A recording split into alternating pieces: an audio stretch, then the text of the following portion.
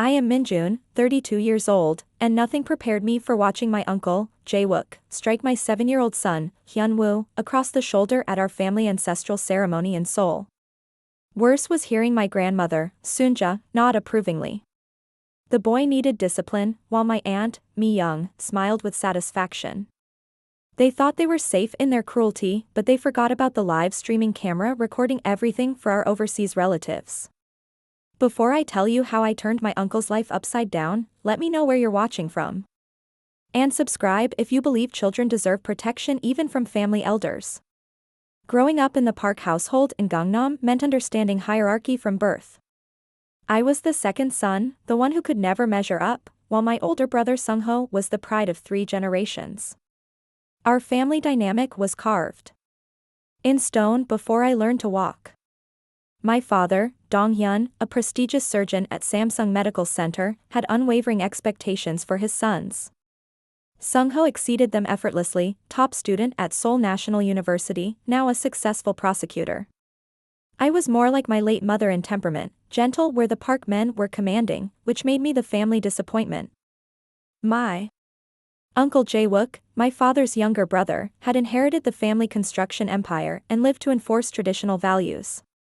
Min-jun just doesn't understand proper Korean behavior, my grandmother would tell relatives at family gatherings. In our traditional hanok home, shaking her head with practiced disappointment. Not like our Sung-ho. By 20, I had learned to become invisible during family ceremonies and holiday celebrations in Busan, keeping quiet and counting days until I could create my own path. When I met Jean during my mandatory military service, she seemed like my escape from suffocating family expectations. She was compassionate, understanding, and most importantly, she valued my gentle nature instead of criticizing it. We married when I was 24, perhaps too hastily, but desperate for acceptance and love. My family attended our Buddhist ceremony at Jogisa Temple with forced smiles and barely concealed criticism about everything from the modest reception to our modern vows. Uncle Jae-wook, already managing multiple construction projects across Korea, brought an expensive traditional gift and delivered a speech that sounded supportive but carried unmistakable condescension. I never thought my sensitive nephew would find someone patient enough for his personality, he announced to uncomfortable laughter from our relatives. Good fortune to you, Jean. You'll need extraordinary patience. For several years, I believed I had escaped the family judgment. Jean and I settled into a small apartment in Hongdae, and I completed my degree in social work while teaching English part-time. We weren't wealthy by Gangnam standards, but we found contentment. When Jean became pregnant with Hyun-woo at 26, everything felt perfectly aligned with our dreams. Hyun-woo arrived during Seoul's cherry blossom season, weighing 3.2 kilograms of pure joy with his mother's gentle eyes and my determined chin. Holding him, I made a silent promise that he would always know unconditional love exactly as he was. He would never question his worth the way I had been forced to question mine throughout my childhood. The first cracks in my marriage appeared when Hyun-woo turned 4.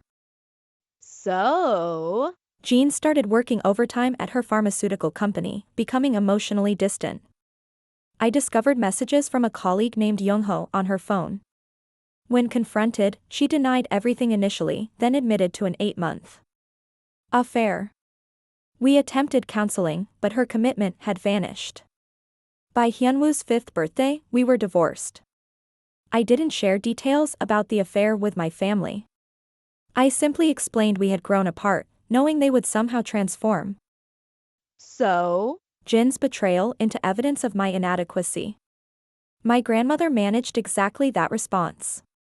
Strong men don't lose their wives, Min-jun, she said during our weekly phone call. What did you fail to provide that drove her away? Single fatherhood brought financial struggles I hadn't anticipated. My position as a social worker at Gwangju Community Center barely covered our rent and childcare expenses. Occasionally, I had to swallow my pride and request help from my family for unexpected costs, medical bills, school supplies for Hyun-woo, or apartment repairs. Each time, the money arrived with lectures about responsibility and poor life decisions. Meanwhile, Uncle Jae-wook's success seemed limitless from the outside. He had expanded the family business into high-rise developments across Asia. He married So, a pharmacist from an influential Busan family, and they lived in a magnificent estate in Pyeongchang-dong. They remained childless, focusing entirely on business expansion, but my family constantly held them up as the model of achievement I should emulate. If only you had chosen business like your uncle, my father would say whenever I visited their home in Apgujeong, you could have built something meaningful for yourself. Despite everything, I wanted Hyun-woo to know his extended family and understand our cultural heritage. Children deserve connection to their roots, I reasoned. Even if I had to shield him from the harsh criticism I had endured. So when the annual ancestral ceremony at our family's traditional house in Andong approached this autumn, I decided to attend for the first time in 4 years. Are you certain about this decision? My friend Hyun-woo asked when I shared my plans. These people have never supported you. They're still family, I replied, though my stomach churned at the thought. And Hyun-woo loves learning about our traditions. Hyun-woo was excited about the journey. At 7, he was energetic and curious, with a passion for traditional Korean drums that filled our small apartment with rhythmic sounds. He possessed my persistence and a confidence I envied, unafraid to express himself in ways I had never been permitted. Will Uncle Jae-wook be there? And great-grandmother and grandfather, he asked as we packed our hanbok ceremonial clothes. And can I play the drums during the celebration? Yes, to all of it, I promised, ignoring the anxiety building in my chest. And great-grandmother mentioned your cousins from Daegu are coming too. I didn't mention that my cousin's husband, Kyung-min, married to my father's sister Soo-jin, would be live streaming the ceremony for overseas relatives. My grandmother had insisted on broadcasting our family traditions to relatives in Los Angeles and Vancouver. My father was particularly enthusiastic about showcasing our family's cultural preservation and business achievements. As we took the KTX train toward Andong, I repeated calming mantras silently. It's only 2 days. I can handle anything for 2 days. I'm not that frightened child anymore. I'll protect Hyun-woo from experiencing what I endured. Looking back, I realize I was trying to convince myself of something impossible. You cannot protect someone from toxic family dynamics while placing them directly in harm's way. Some lessons demand the hardest possible learning experience. The Park family ancestral home stood like a monument to 5 centuries of tradition and accumulated wealth, with its curved tile roofs and intricate wooden details overlooking the Nakdong River. As I parked our modest Hyundai behind Uncle Jae-wook's gleaming Genesis and my father's imported Mercedes, I felt the familiar diminishing sensation I always experienced around my family. We've arrived. Hyun-woo exclaimed, unbuckling his seatbelt before I had completely stopped. His excitement was infectious, innocent of the emotional undercurrents that made my shoulders tense. Can I see the ancestral shrine right away? Let's get settled first, I said, forcing a smile. And pay our respects to everyone. The traditional wooden door slid open as we approached, revealing my grandmother in an elegant navy hanbok with silver embroidery.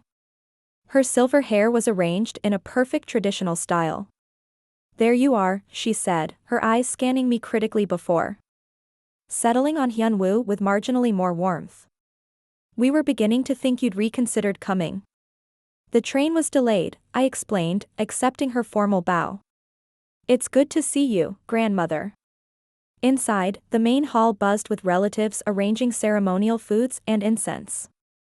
My father stood beside the ancestral altar, deep in conversation with my uncle about international construction contracts. He glanced up, nodding in acknowledgement without pausing his discussion about profit margins. Uncle Jae-wook and so, emerged from the kitchen, his arm positioned protectively around her shoulders. My uncle possessed our grandfather's build. Tall and broad-shouldered, but his features carried calculated sharpness. His smile never reached his eyes, maintaining the emotional distance that characterized successful Korean businessmen. Well, the social worker returns, he announced. loudly enough for everyone to hear. And with little Hyun-woo. You've grown since our last meeting, boy. Hyun-woo, suddenly shy, pressed against my leg. Hello, Uncle Jae-wook. Hyun So, stepped forward with a genuine smile. Unlike the rest of the family, she had always treated me with basic kindness, though in the carefully measured way of someone who recognized family dynamics but wouldn't challenge established hierarchies. It's wonderful to see you both, she said, embracing me warmly. Hyun-woo, your cousins from Daegu are exploring the traditional garden if you want to join them after getting settled. Father, can I go? Hyun-woo asked, already bouncing with anticipation. After we take our bags to our room, I promised. Uncle Jae-wook sipped his imported whiskey, studying me over the rim of his crystal glass. Still working at that little community center? What is it, assisting troubled families? Social worker, I corrected, refusing to take the obvious bait. And yes, still there. I received a promotion to senior counselor last month, actually.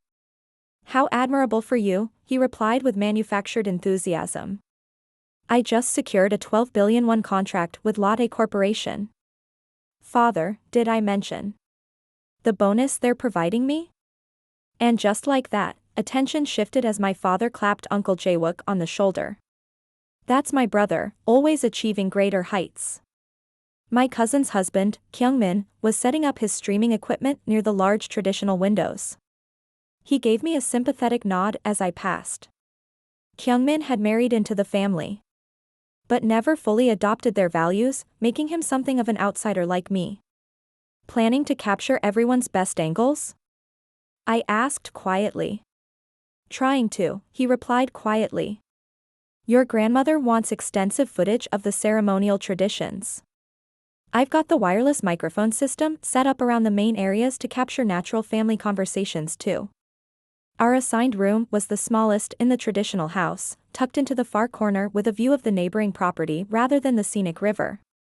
I helped Hyun-woo unpack, listening to his excited chatter about seeing his cousins and participating in the ancestral ceremony. Can I wear my best hanbok? And can I show everyone my new drum technique? I practiced all month. My heart tightened. Hyun-woo's uninhibited enthusiasm was exactly what had been systematically crushed out of me at his age. Of course you can play drums, son. Just remember that during ceremonies, adults are conducting serious rituals, so find an appropriate moment, okay? The first evening proceeded with the expected undercurrent of competition and status comparison. My father dominated dinner conversation with questions about Uncle Jae-wook's latest business achievements, while my grandmother commented on everything from my hair. Don't you think it's time for a more professional style? To my parenting approach, Hyun-woo seems very energetic. Don't you think more structure would benefit him? I noticed how Hyun-woo's cousins, aged 8 to 13, already mirrored the family hierarchy. They corrected his Seoul pronunciation, rolled their eyes when he spoke too enthusiastically, and excluded him from their traditional games with practiced politeness that adults might not notice, but children certainly feel. After dinner, while helping with dishes, my Aunt Soo-jin approached me. Min-jun, Uncle Jae-wook mentioned you've been struggling since the divorce. We have an entry-level position opening in our company's administrative department if you're interested. I appreciate that, I said carefully. But I'm actually being considered for a department supervisor position at the community center. I'm leading a family crisis intervention team now. She patted my arm with obvious disbelief. Well, the offer remains available. Sometimes we need to be realistic about our limitations. Later, as I helped Hyun-woo into his sleeping clothes, I found him unusually quiet. Everything all right, son? He traced patterns on the traditional bedding. Cousin Min-seo said my drumming was too loud. And Uncle Jae-wook told me boys shouldn't be so noisy if they want people to respect them. I swallowed hard, recognizing the familiar patterns repeating themselves in a new generation. Hyun-woo, listen to me. Your music is beautiful, and you have every right to express yourself. Some people just don't know how to appreciate enthusiasm. Grandfather said you were too noisy as a child too. And that's why you always got in trouble. I forced myself to breathe through the anger. Well, sometimes adults are wrong, even grandfathers. Even your grandfather? She giggled at that, and I kissed his forehead. Tomorrow will be better. We'll participate in the ceremony and have meaningful time together, just us. But as I lay awake on the traditional floor bedding, listening to the muffled conversation of my parents and uncle still drinking in the main hall, I couldn't shake the feeling that I had made a terrible mistake bringing Hyun-woo here. Some environments remain toxic regardless of how much time has passed, and the Park family ancestral home was proving to be exactly that. Morning arrived with brilliant sunshine streaming through the traditional paper windows of our room. Hyun-woo woke with his usual enthusiasm, the previous day's hurts apparently forgotten in the promise of ceremonial participation and traditional breakfast. Father, wake up. Uncle Kyung-min said they're preparing special ceremonial breakfast in the main hall. He bounced on the edge of my sleeping mat, already dressed in his best navy hanbok with gold embroidery. I checked my phone, 8:23 a.m. I had hoped to sleep longer after a restless night, but Hyun-woo's excitement was contagious. Okay, I'm up. Let me get dressed and we'll go down together.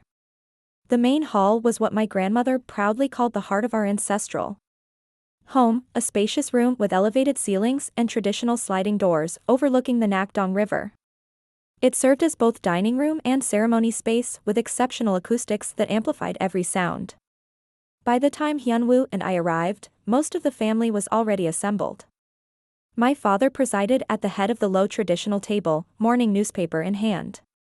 My grandmother supervised the catering staff they'd hired for the weekend, heaven forbid she actually cook for her family.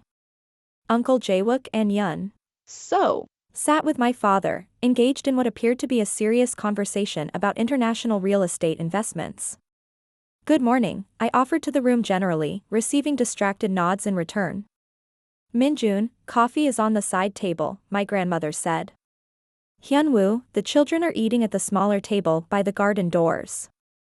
I noticed Kyung-min adjusting microphones discreetly around the room, preparing for another day of ceremonial streaming. Getting all the family traditions on camera?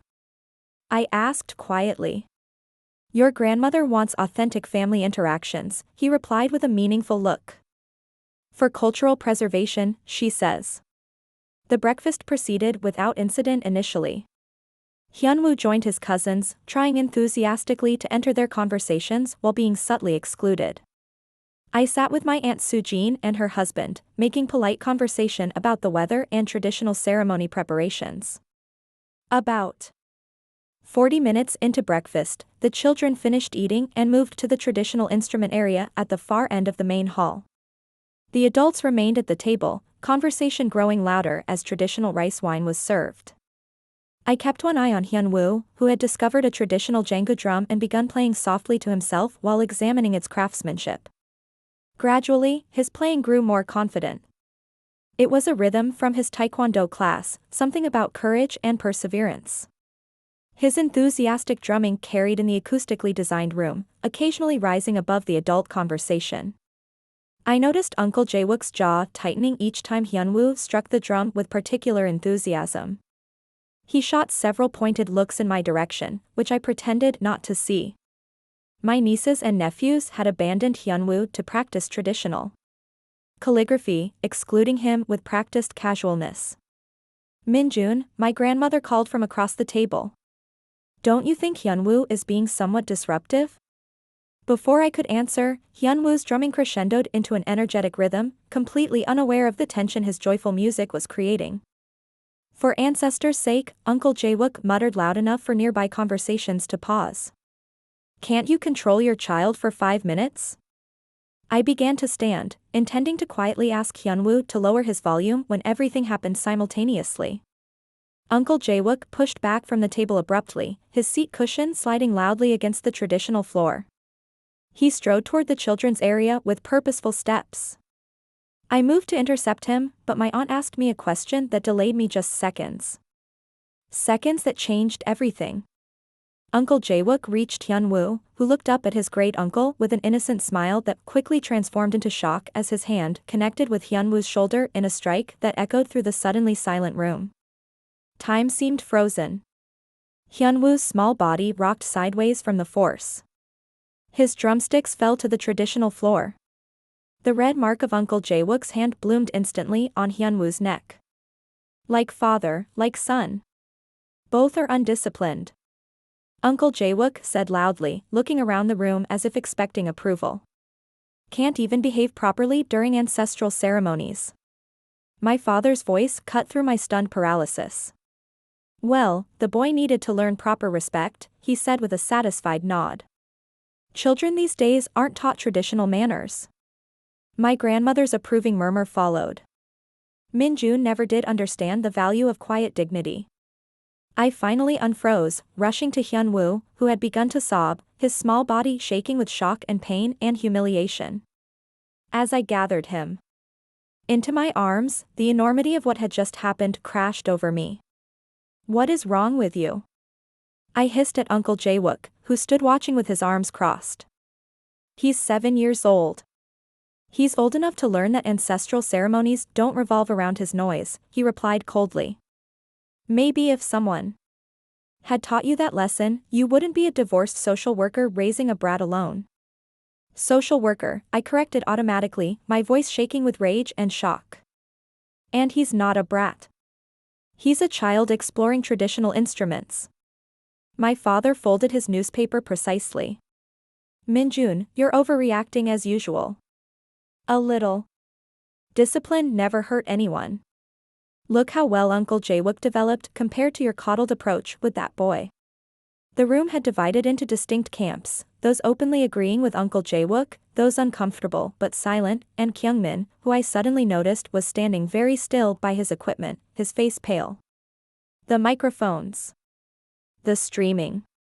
Microphones were broadcasting live, recording everything. Through my fury and my son's tears, I realized we had irrefutable evidence of what had just happened. Uncle Jae-wook must have realized it too, because his eyes darted to Kyungmin and the streaming equipment. You know what? I said, standing with Hyun-woo in my arms, his face buried against my shoulder. We're finished here. Nobody touches my son. Nobody. Oh, stop with the theatrics, my grandmother said dismissively. It was hardly a tap. You're embarrassing yourself. I'm embarrassing myself? I laughed incredulously. My uncle just assaulted a 7-year-old for playing traditional drums, and I'm the embarrassment? Uncle Jae-wook stepped toward me menacingly. Watch your mouth, Min-jun. It was discipline, not assault. Something you clearly understand nothing about. I backed away, holding Hyun-woo tighter. Stay away from us. We're leaving. Running away again? Uncle Jae-wook called after me as I headed for the stairs. That's all you've ever been capable of. I didn't respond, focusing instead on getting Hyun-woo somewhere safe. As we reached our room, I could hear the murmur of conversation resuming. Below, my family already moving on from what they considered a minor incident rather than the unforgivable act it was. What they didn't realize is that everything had changed. The rules of engagement had shifted permanently. My uncle had crossed a line that could never be uncrossed. And thanks to my grandmother's obsession with broadcasting our family traditions, I had proof. In our small room, I gently placed Hyun-woo on the traditional bedding. His crying had subsided to hiccuping sobs, but the red mark on his shoulder remained vivid against his pale skin. I took a washcloth from the bathroom, ran it under cold water, and carefully pressed it to his shoulder. It hurts, father, he whimpered. Why did Uncle Jae-wook hit me? Was I bad? The question shattered something inside me. No, son. You were not bad. Not at all. Uncle Jae-wook was wrong to hit you. Very, very wrong. But grandfather said, grandfather was wrong too, I said firmly, gathering him close. Nobody should ever hit you, especially not for playing traditional instruments. Your music is beautiful. As Hyun-woo gradually calmed down, I began packing our bags with shaking hands. We needed to leave immediately. I had no doubt that if we stayed, my family would manipulate us both, minimizing what happened until Hyun-woo himself began to question his memories and feelings. A soft knock at the door made me tense. Who is it? I called, positioning myself between the door and Hyun-woo. It's Kyungmin, came the quiet reply. Can I speak with you for a moment? Privately? I hesitated, then opened the door slightly. Now isn't a good time. Kyungmin's face was drawn with concern. I know. Listen, I got everything on the live stream. The strike, what Uncle Jae-wook said, your father's comments, all of it. He lowered his voice further. I can provide you with a copy before they realize and make me delete it. A cold clarity washed over me. You would do that? He nodded. What Uncle Jae-wook did was assault, plain and simple. And the others. He shook his head in disgust. I married into this family, but I've never witnessed anything like that. Soo-jin doesn't know I'm talking to you. Thank you, I whispered. We're leaving as soon as I finish packing. Meet me by my car in 20 minutes. I'll transfer a copy of the stream footage to a USB drive for you. After he left, I called Hyun-woo. He answered on the second ring. How's the family ceremony from hell? He asked cheerfully. Uncle Jae-wook hit Hyun-woo, I said, my voice breaking. Struck him across the shoulder for playing drums too enthusiastically. And my family approved. He what? Hyun-woo's outrage exploded through the phone. Tell me you're leaving right now. Packing as we speak. Come straight to my apartment, he insisted. Don't go home in case they try to follow you. By the time I ended the call, Hyun-woo had fallen asleep, exhausted from crying. I finished packing quickly, then gently woke him. We're going to visit Uncle Hyun-woo, I explained, using his honorary title. We need to leave quietly. Okay, he nodded, still subdued in a way that broke my heart. As we made our way downstairs with our bags, my grandmother intercepted us. In the traditional entrance hall. Where do you think you're going? She demanded. Home, I replied flatly.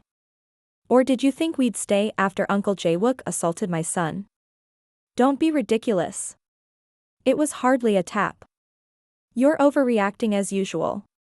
A tap doesn't leave a mark, I said, shifting so she could see Hyun-woo's shoulder where the bruise was still visible despite the cold compress. For a moment, something like doubt flickered in my grandmother's eyes, but she quickly recovered. Children bruise easily. You're making a scene over nothing. Nothing? I laughed bitterly. Would it be nothing if someone struck you for talking? During breakfast? Or if I hit Uncle Jae-wook for being condescending? That's different, she insisted. Adults don't need discipline. Neither do children, I countered. They need guidance and respect, not violence. My father appeared behind her. Min-jun, you're being hysterical. Sit down. Have some tea. And we can discuss this rationally. There's nothing to discuss, I said, moving toward the door. We're leaving. If you walk out that door, my father warned, don't expect any more financial help. No more assistance when you can't make rent. The threat hung in the air, meant to remind me of my precarious financial situation and dependence on their occasional assistance. In the past, it might have worked. Not today. Keep your money, I said calmly. It's not worth this. As I guided Hyun-woo toward the door, Uncle Jae-wook appeared from the main hall, crystal glass of whiskey in hand despite the early hour. Running away as usual, nephew? Can't face the consequences of your poor parenting? I stopped, looking him directly in the eyes. The only consequence I'm avoiding is allowing my son to think it's normal for men to hit children. Enjoy your perfect life, Uncle Jae-wook. I hope it was worth showing everyone who you really are. His face darkened. Is that a threat? No, I replied, opening the traditional door. Just an observation. As promised, Kyungmin was waiting beside his car in the side courtyard, partially hidden from the house by traditional pine trees. He pressed a small USB drive into my hand. The live stream footage is crystal clear, he said quietly. Uncle Jae-wook's strike, his comment about you both being undisciplined, your father saying Hyun-woo needed to learn respect, your grandmother's approval. It's all there. I'd be careful how you use it, though. They'll know it came from me. Thank you, I whispered. I won't implicate you unless I absolutely have to. The drive to Chonwoo's apartment was silent, Hyun-woo dozing in his car seat while I processed what had happened and what I needed to do next. By the time we arrived, a plan was forming in my mind. Chonwoo met us at the door, enveloping first Hyun-woo and then me in fierce hugs. I made up the guest room for you both, he said. Stay as long as you need. That evening, after Hyun-woo was asleep in the unfamiliar bed, Chonwoo and I sat at his kitchen table with the USB drive and his laptop. Are you sure you want to watch this again? He asked as I inserted the drive. I need to know exactly what was said, I replied. And I need a witness who isn't family. The recording was worse than I remembered. The casual cruelty in Uncle Jae-wook's voice as he called us undisciplined, the satisfied approval audible in my father's comment about respect, my grandmother's approving murmur, all of it painted a picture of people who saw nothing wrong with hitting a child. Jesus, Chonwoo whispered when it finished playing. I knew your family was traditional, but this. I know, I said, my resolve hardening. The question is, what do I do about it? You could go to the police, he suggested. That's assault on a minor, plain and simple. I could, I agreed. But you know how these things work. It would be my word against theirs without this recording, which might not even be admissible. And they'd paint me as the unstable divorced father trying to extort money from successful relatives. So what then? Let them get away with it? I shook my head slowly. No.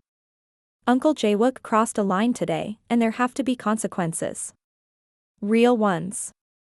Over the next few days, while Hyun-woo and I adjusted to temporary life at Chonwoo's, I began researching. First, I took Hyun-woo to his pediatrician, Dr. Kim, who documented the fading bruise and referred us to a child psychologist. He's experiencing some trauma responses, Dr. Kim explained gently. Sleep disturbances, anxiety around authority figures, reluctance to express himself. The psychologist will help him process what happened. Next, I consulted with Ji-hoon, a lawyer friend from university, bringing the live stream recording with me. This is quite damning, he said after watching. In terms of criminal charges, it could go either way. A skilled lawyer would argue it was traditional discipline, not abuse. But civil action, that's another story. I'm not interested in suing my uncle for money, I clarified. I understand, Ji-hoon nodded. But you should know your options. And you should know that this recording would be extremely damaging to someone with a public reputation to protect. That comment sparked an idea. Uncle Jae-wook's position at Park Construction came with significant community responsibilities, something he had boasted about at previous family gatherings, explaining how business leaders were held to high ethical standards because they handled public trust and government contracts. What if the goal isn't a lawsuit? I asked slowly. What if it's accountability? That night, I began researching Uncle Jae-wook's professional life more thoroughly. His company biography highlighted his community involvement, including serving on the Seoul Children's Welfare Board and mentoring young entrepreneurs through the Korean Business Association. The irony was almost too perfect. I created a detailed plan, weighing each potential action against both its effectiveness and its consequences for Hyun-woo. This wasn't about revenge, it was about protection and justice. It was about ensuring Uncle Jae-wook understood that actions have consequences, especially when those actions hurt a child. The decisive moment came 4 days after we'd left Andong, when Hyun-woo woke screaming from a nightmare. Uncle Jae-wook was chasing me, he sobbed into my shoulder. He wanted to hit me again because I was playing drums. As I held my son, soothing him back to sleep with promises of safety, my decision crystallized. Uncle Jae-wook had robbed Hyun-woo of his sense of security and his joy in music, the thing that had brought him such happiness. He had made him feel ashamed of his enthusiasm, just as my family had done to me throughout my childhood. The cycle needed to end, not just for Hyun-woo, but for any other child who might experience Uncle Jae-wook's discipline in the future. The next morning, I set my plan in motion. My plan began with documentation. I scheduled an appointment with Dr. Lee Min-ho, the child psychologist Dr. Kim had recommended. He specialized in childhood trauma and had experience testifying in abuse cases. Hyun-woo is showing classic signs of acute stress response, Dr. Lee explained after their initial session. He's experiencing anxiety around authority figures, sleep disturbances, and reluctance to engage in activities he previously enjoyed, particularly music. Will he be okay? I asked, the weight of parental worry pressing on my chest. Children are remarkably resilient with proper support, he assured me. But what happened to him was significant trauma, not minor discipline as your family seems to believe. I'd like to see him weekly for several weeks. Dr. Lee provided a written assessment documenting Hyun-woo's symptoms and their cause. This became the first piece of evidence in my growing file. Next came the police report.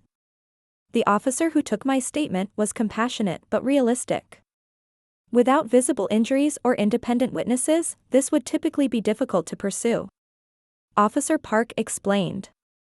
Traditional family discipline falls into a complex legal area, but with the live stream recording.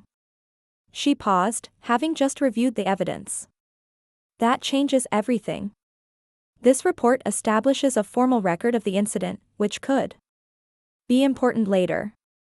My phone had been buzzing constantly with messages from family members. My grandmother's texts oscillated between guilt-tripping, "You're breaking your father's heart with this drama," and minimizing, "It was just a little discipline, for heaven's sake." Uncle Jae-wook had progressed from dismissive, "Get over yourself," to threatening, "You'll regret making a big deal out of this." I responded to none of them. Instead, I created a carefully edited version of the live stream recording, not manipulated, but trimmed to include only the critical moments. Uncle Jae-wook's strike, the sound was unmistakable. His undisciplined comment, my father's statement about Hyun-woo needing to learn respect, and my grandmother's approval. I added no commentary, letting their actions and words speak for themselves. Then I took a deep breath and sent this edited clip along with a factual, unemotional account of what happened to 3 strategic recipients.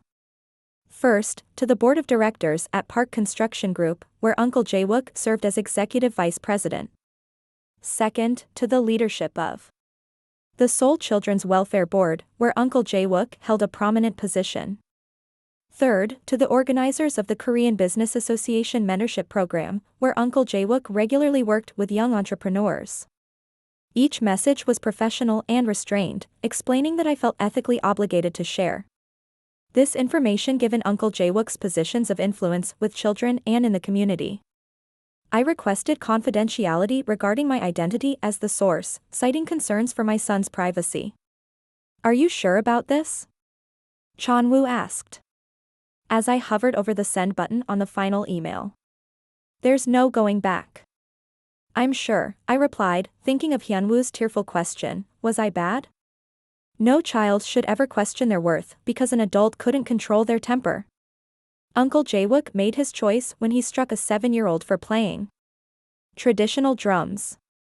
These are simply the consequences. Within hours, my phone exploded with notifications. Uncle Jae-wook had discovered what I'd done. I suspect one of the board members contacted him immediately. His messages turned from threatening to panicked. "What have you done?" The board called an emergency meeting. "They're talking about suspending me pending investigation. You need to tell them this is a family misunderstanding right now." My parents joined the barrage. My father's messages coldly furious, "You've betrayed this family for attention." My grandmother's increasingly desperate, "Please call us. We can fix this together." I blocked them all. Kyung-min called that evening, his voice hushed. "Uncle Jae-wook is losing his mind at your grandmother's house. They know I recorded everything, but they don't know I gave you a copy. Uncle Jae-wook's threatening to sue you for defamation." Let him try, I replied calmly. Truth is an absolute defense against defamation. All I did was share his actual words and actions with people who should know about them. Your parents are saying you're unstable, that you've always been jealous of Uncle Jae-wook. They're trying to convince everyone this is about the divorce and money. I laughed without humor. Of course they are. It's easier than admitting their golden child hit a kindergartner for playing drums too enthusiastically.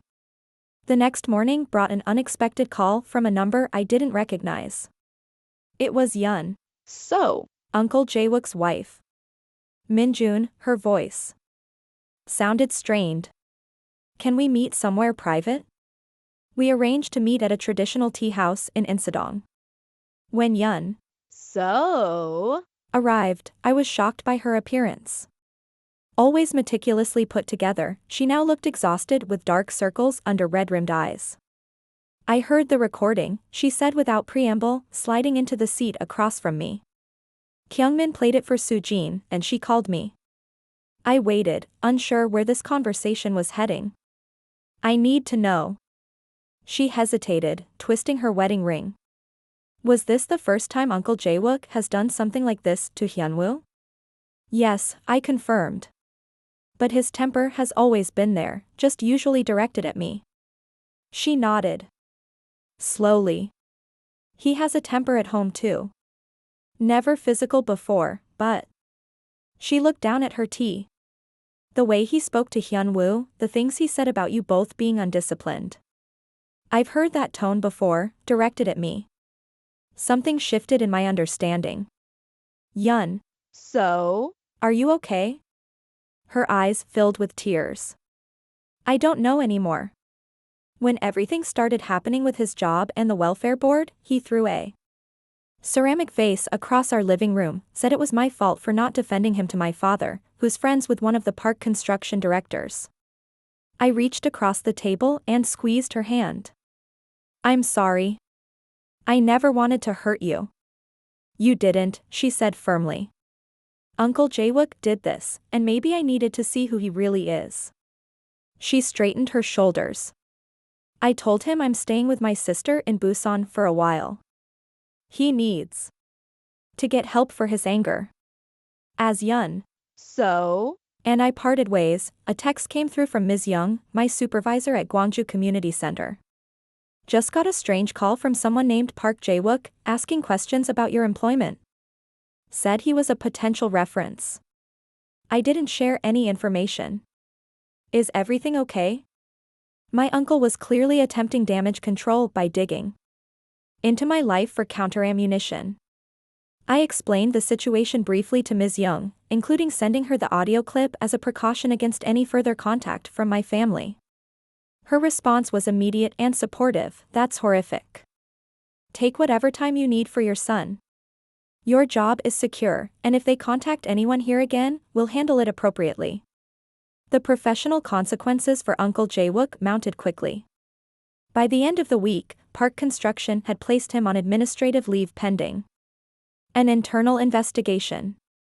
The Seoul Children's Welfare Board removed him from their committee effective immediately, citing their zero-tolerance policy regarding child welfare.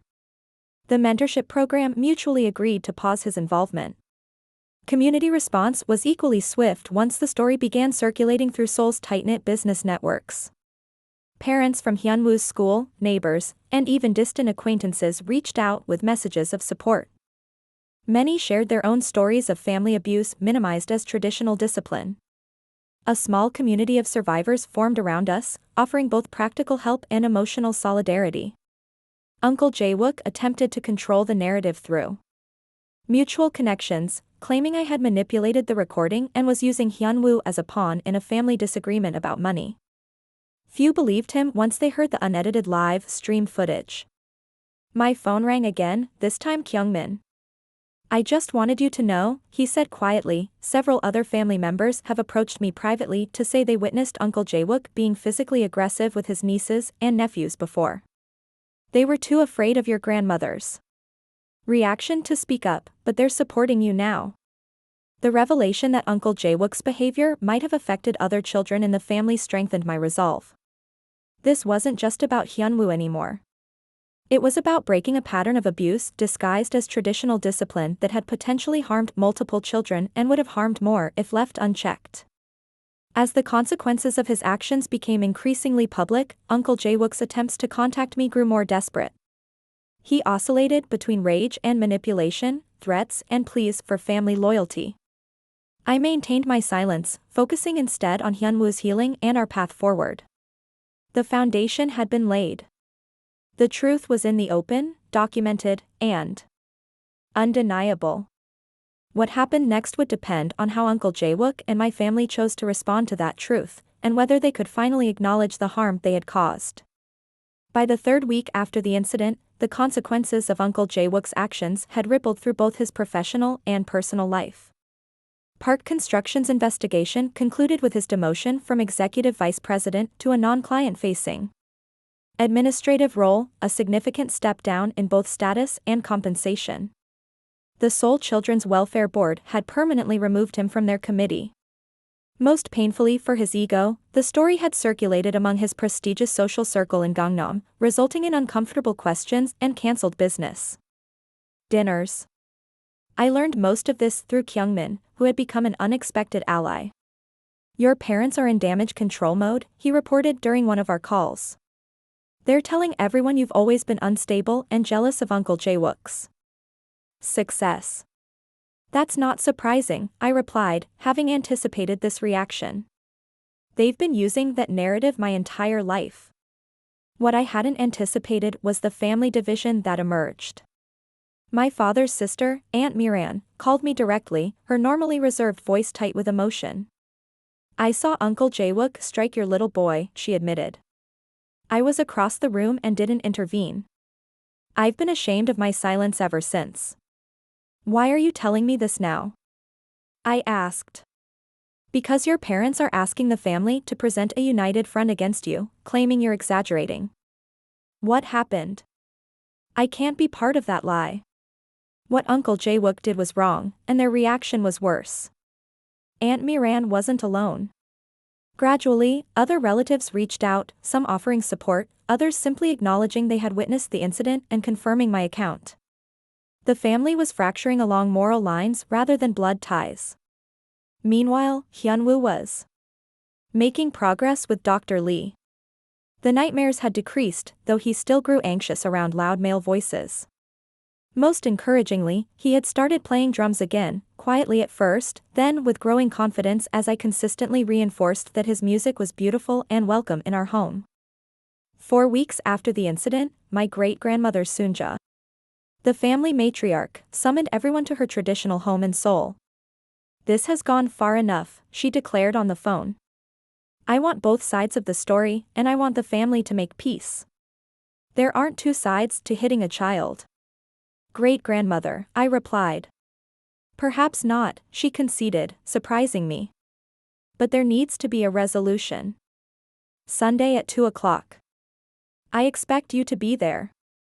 I consulted with Dr. Lee about whether to bring Hyun-woo to this family meeting. His advice was clear: absolutely not.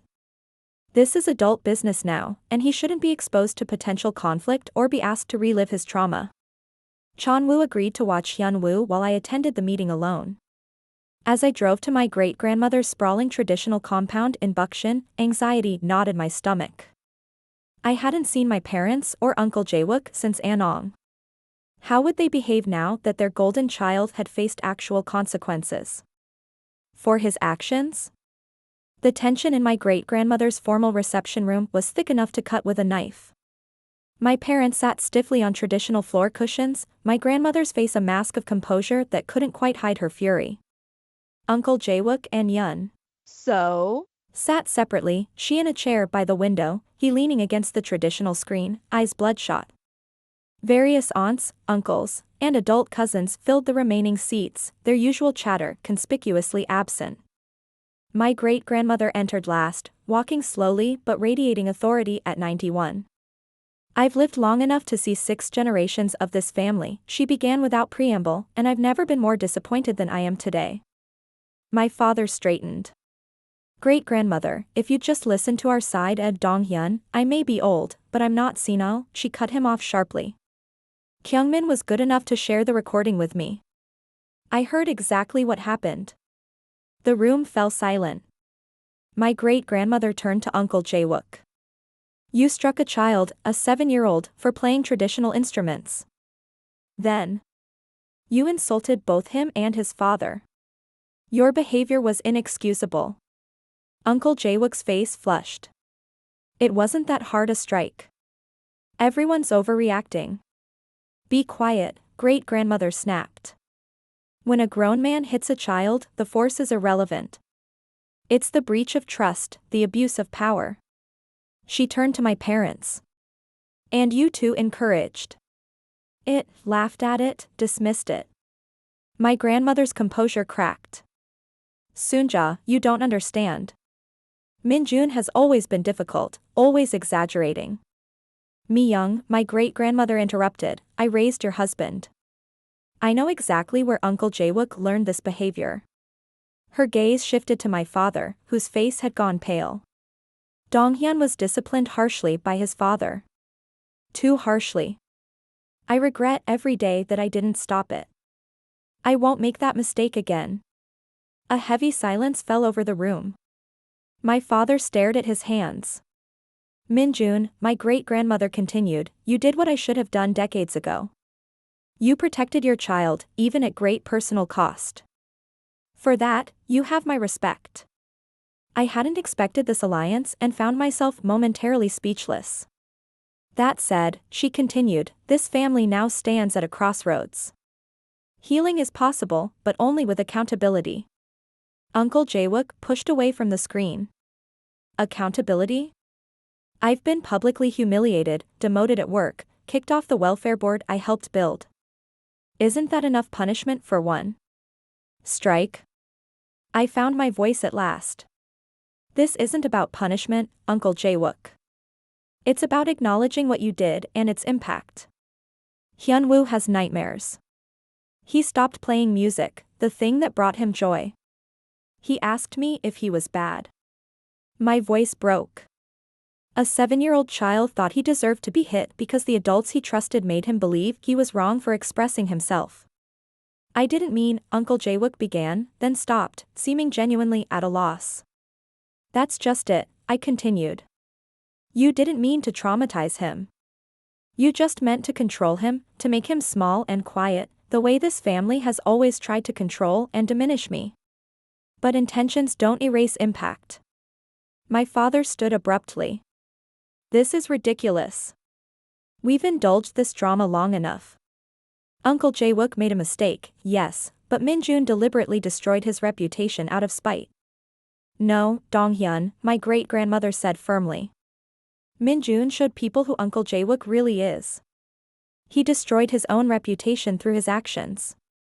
I can't believe you're taking his side, my grandmother exclaimed. I'm taking the side of that child, great-grandmother replied, as should you all. The confrontation escalated from there. Years of resentment and dysfunction poured out as family members finally spoke their truths. Aunt Miran described witnessing my father's harsh discipline of me as a child, while Uncle Jae-wook received only gentle guidance. Cousin Hyejin revealed that Uncle Jae-wook had once grabbed her son's wrist at a previous gathering for speaking out of turn. Uncle Sang-woo admitted he'd seen Uncle Jae-wook shove a business partner during a golf game, but had said nothing because that's just how successful men handle disagreements. A pattern emerged, one of Uncle Jae-wook's unchecked aggression and my parents' consistent enabling of his behavior. With each revelation, Uncle Jae-wook's face grew darker while my parents' denials became less convincing. Yun finally spoke, her voice quiet but steady. I'm filing for divorce. The room fell silent again. What? Uncle Jae-wook turned to her, genuinely shocked. This incident forced me to acknowledge things I've been ignoring for years, she continued. The way you speak to me when you're angry. The things you throw, the fear I feel when I hear your car in the driveway after you've been drinking. I've never hit you, Uncle Jae-wook protested. No, she agreed. But hearing how you spoke to Hyun-woo and Min-jun, seeing how your family minimized it, I suddenly understood where our relationship was heading. My grandmother made a last attempt to salvage the situation. Hyun. So, Every marriage has rough patches. You can't throw away years together over one regrettable incident. It's not one incident, Hyun so, replied. It's a pattern, and I won't wait until it escalates further. The meeting continued for nearly 3 hours. By the end, several things had become clear: the family would never be the same. Lines had been drawn based on values rather than blood. Uncle Jae-wook had lost far more than a professional title. He had lost the unwavering support system that had protected him from consequences his entire life. My parents faced a choice: acknowledge their role in enabling toxic behavior or lose relationships with multiple family members, including their only grandson. As the gathering broke up, my great-grandmother took my hand. It will take time, she said softly. Change doesn't happen overnight, especially in families with such entrenched patterns. But it's started, and that's something. In the weeks that followed, the consequences continued to unfold. Uncle Jae-wook's company issued a public statement about their commitment to family values and ethical conduct, implicitly distancing themselves from him without naming him directly. He was required to attend anger management therapy as a condition of continued employment. Hyun so, moved out of their Pyeongchang home and filed official divorce papers, the first step toward ending their marriage. In a coffee meeting that left us both in tears, she confided that she had suffered 2 miscarriages during their marriage and now wondered if the stress of walking on eggshells around Uncle Jae-wook's temper had contributed. My parents made halting, awkward attempts at reconciliation, clearly motivated more by damage control than genuine remorse. My grandmother called with an invitation to dinner that included no acknowledgement of what had happened. My father sent an email that characterized the whole situation as a misunderstanding blown out of proportion. I maintained firm boundaries, making it clear that any relationship moving forward would require acknowledgement of the harm done to Hyun-woo and concrete steps to ensure his safety and emotional well-being in their presence. The most profound changes, however, happened within me. The man who had once accepted mistreatment as his due now stood firmly in his power. The father who had brought his child into a toxic environment in hopes of family connection now recognized that true family is defined by love and respect, not blood and obligation. 6 months after the incident, I sat in Dr. Lee's office for a progress update on Hyun-woo's therapy. He's doing remarkably well, the psychologist shared. Children are resilient, especially when they have a secure attachment to a protective caregiver. You've done everything right, Min-jun. I didn't protect him from the initial trauma, I pointed out, the familiar guilt surfacing. But you responded perfectly afterward, Dr. Lee countered. You validated his feelings, removed him from danger, got him appropriate support, and held the perpetrator accountable. That's why he's healing. As I drove home, I reflected on the unexpected gifts that had emerged from this painful chapter: a stronger, more confident voice, healthier boundaries, the knowledge that I could protect my son even against powerful opposition, and perhaps most surprisingly, authentic connections with family members who shared my values rather than simply my DNA. The path forward remained complicated. Healing would take time for all involved. But for the first time in my life, I was walking that path on my own terms, with my head held high and my son's hand firmly in mine. 6 months after Uncle Jae-wook struck Hyun-woo at the Ancestral ceremony, our lives had transformed in ways I never could have imagined. Our small apartment in Hongdae, once a symbol of my post-divorce financial struggles, had become a true sanctuary filled with laughter, music, and most importantly, safety. Hyun-woo's recovery continued to amaze me. Dr. Lee had reduced our sessions to monthly check-ins, noting that Hyun-woo's resilience was remarkable. He's playing drums again, I shared during our last appointment, emotion tightening my throat. Not just at home, but he joined the children's traditional music group at the community center. That's significant progress, Dr. Lee smiled. It means he no longer associates his musical expression with punishment or shame. The incident had created ripples that extended far beyond our immediate family. Uncle Jae-wook had been required to complete anger management therapy as a condition of his continued employment. Though his career trajectory had been permanently altered, the once golden child now occupied a back-office position with little client contact.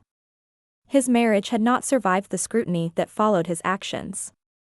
Hyun So, filed for divorce 4 months after their separation, citing irreconcilable differences publicly, but sharing with me privately that the incident with Hyun-woo had forced her to acknowledge the emotional abuse she had normalized in their relationship.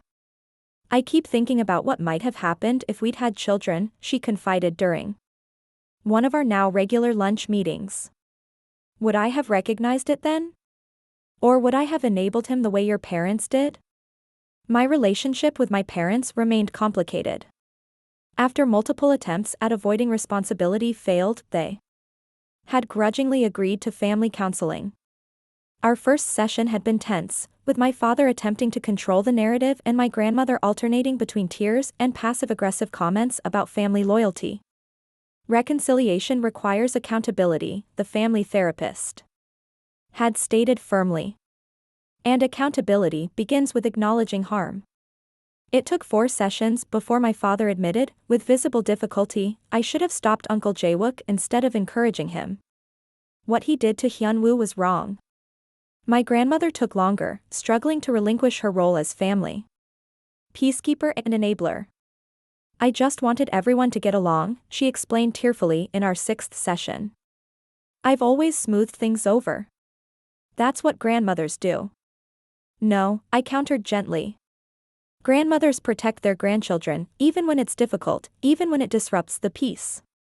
Progress with my parents was measured in small steps.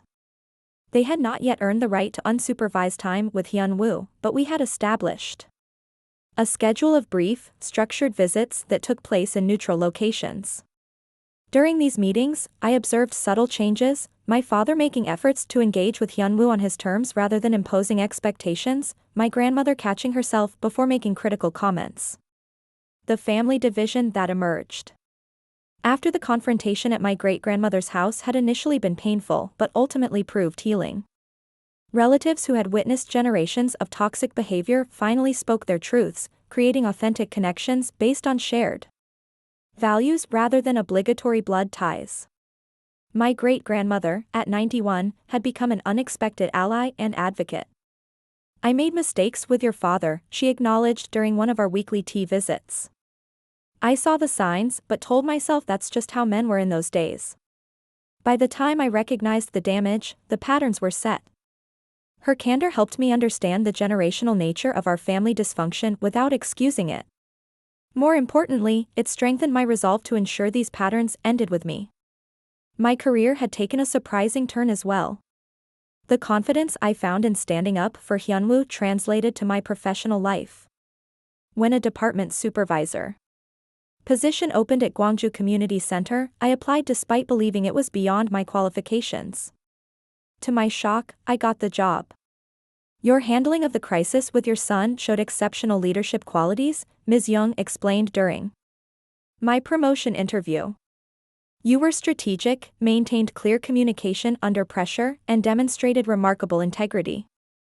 Those are exactly the skills we need in this role. The increased salary meant we no longer needed financial assistance from my parents, removing the last lever of control they had held over my life. Perhaps the most unexpected development came through a support group I joined for parents navigating family trauma. Sharing my experience led others to disclose similar stories, creating a community of mutual support and understanding. With encouragement from the group facilitator, I began speaking at local parenting workshops about recognizing and addressing family toxicity. Your story resonates because it's about more than one incident, the facilitator explained. It's about breaking generational patterns and choosing your child's well-being over family expectations. That's something many Korean parents struggle with. One crisp autumn morning, exactly 7 months after the ancestral ceremony incident, we held a small gathering at our apartment, what Hyun-woo called our chosen family celebration. Chon-woo was there, along with Kyung-min and his children. He and Soo-jin had separated, another casualty of the family reckoning. Yun so, came with her sister.